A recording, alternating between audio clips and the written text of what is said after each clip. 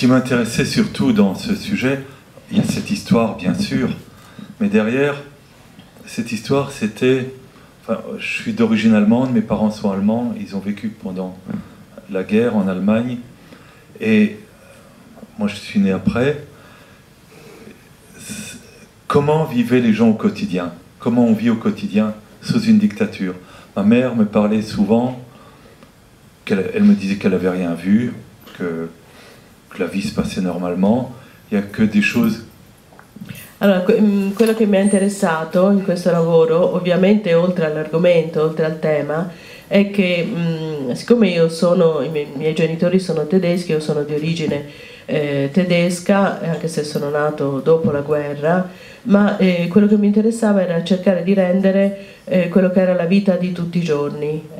Mia madre mi diceva che tutto si svolgeva in maniera normale, che non notava niente, ma... Elle était dessinatrice dans une usine d'armement.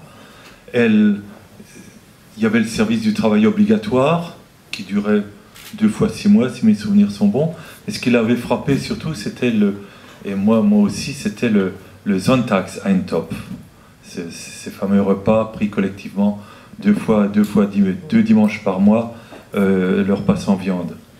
Quindi lei lavorava come disegnatrice in una officina, in una fabbrica di armamenti, e quello che però raccontava e che le interessava, cioè vabbè, il servizio di lavoro obbligatorio che durava 12 mesi, ma poi raccontava di questi pasti che abbiamo visto 2 volte al mese, di queste minestre che venivano date per raccogliere. Et puis ces collectes tout le temps, ces collectes d'argent, l'obligation d'avoir des insignes sur les vêtements pour savoir qui est favorable, qui n'est pas favorable.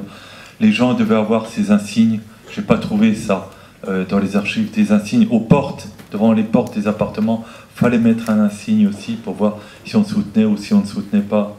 Quindi poi questa faccenda delle collette, dei distintivi che si dovevano mettere le persone che avevano partecipato alle collette, addirittura dice non sono riuscito a trovarli, ma questi distintivi andavano messi anche sulle porte d'ingresso delle case. Et puis toujours c'est cette question qui me taraude, c'est comment les gens ont pu se soumettre comme ça à cette dictature alors que la Gestapo comptait 15 000 policiers pour un peuple de 90 millions d'habitants. Et de cette histoire remarquable d'une petite carte qu'on distribue dans les escaliers et qui brûle les doigts des gens. Les gens sont terrorisés quand ils trouvent ces cartes, comme s'ils les avaient écrites eux-mêmes. Un'altra cosa che mi interessava era cercare di capire come fosse stato possibile, con 90 milioni di abitanti in Germania e solamente 15.000 della Gestapo, non fare una resistenza, una qualche forma, come fosse possibile non riuscire a sfuggire al controllo. E quindi questo meccanismo della dittatura per cui c'era anche il terrore, e queste cartoline distribuite negli edifici, quando uno le trovava proprio bruciavano le dita. Le persone che le trovavano erano completamente terrorizzate, come se le avessero scritte loro. Et puis ces deux personnes, ce couple des Ampel, qui étaient des soutiens du régime, ils étaient nazis, et puis ils ont changé. Et ce ne sont pas des vrais résistants, puisque les vrais résistants vont à la mort, ils acceptent, ils assument leurs actes. Eux, à la fin, ils n'acceptent plus, ils rejettent la faute l'un sur l'autre, mais ce sont des hommes, des vrais, qui ont été droits. Et si un peu plus d'Allemands, il y a eu beaucoup d'Allemands qui ont résisté, il y a eu beaucoup d'Allemands qui ont été dans les camps, il y a eu beaucoup d'actes de résistance, mais il y en aurait eu un peu plus, le nazisme n'aurait pas existé. E infine l'idea di questa coppia, che addirittura era nazista, insomma era integrata nel regime fino a un certo punto, e poi invece aveva cessato di aderire al regime, ma quindi non erano dei veri resistenti come ce ne sono stati tanti in Germania, resistenti eroici, consapevoli, che poi sono finiti appunto nei campi di sterminio, sono stati uccisi. Loro era un tipo diverso di resistenza, e forse se ci fosse stato più resistenza anche di questo tipo, il regime nazista non avrebbe vinto, insomma, in quel periodo in maniera così totalitaria. Donc, et pour terminer, j'aime bien traiter de micro-événements, comme ça, de petites choses du quotidien, pour parler de la grande histoire. E poi, per concludere, mi interessa sempre partire da piccoli avvenimenti, da microstorie, per parlare della grande storia. Non mi interessa partire parlando della grande storia, ma proprio offrire degli spunti a partire da avvenimenti piccoli, quotidiani, come quello che abbiamo appena visto.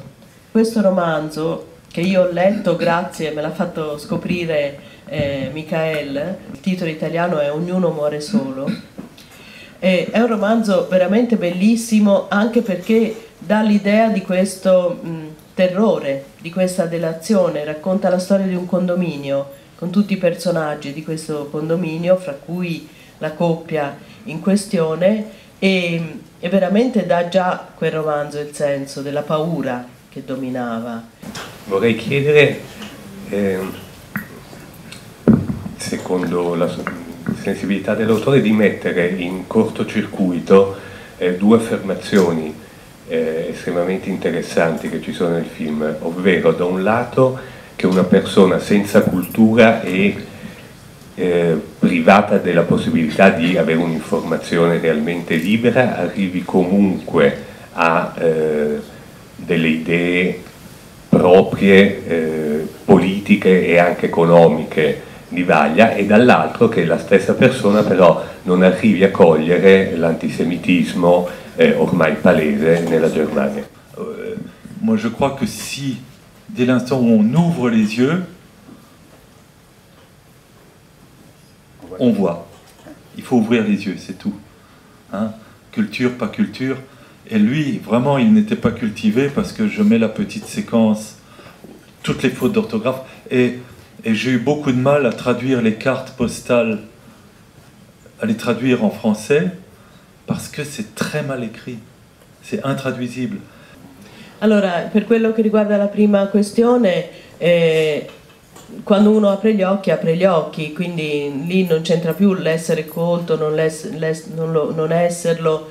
A un certo punto ha preso coscienza, anche se appunto le sue cartoline erano piene di errori di ortografia e proprio erano scritte male.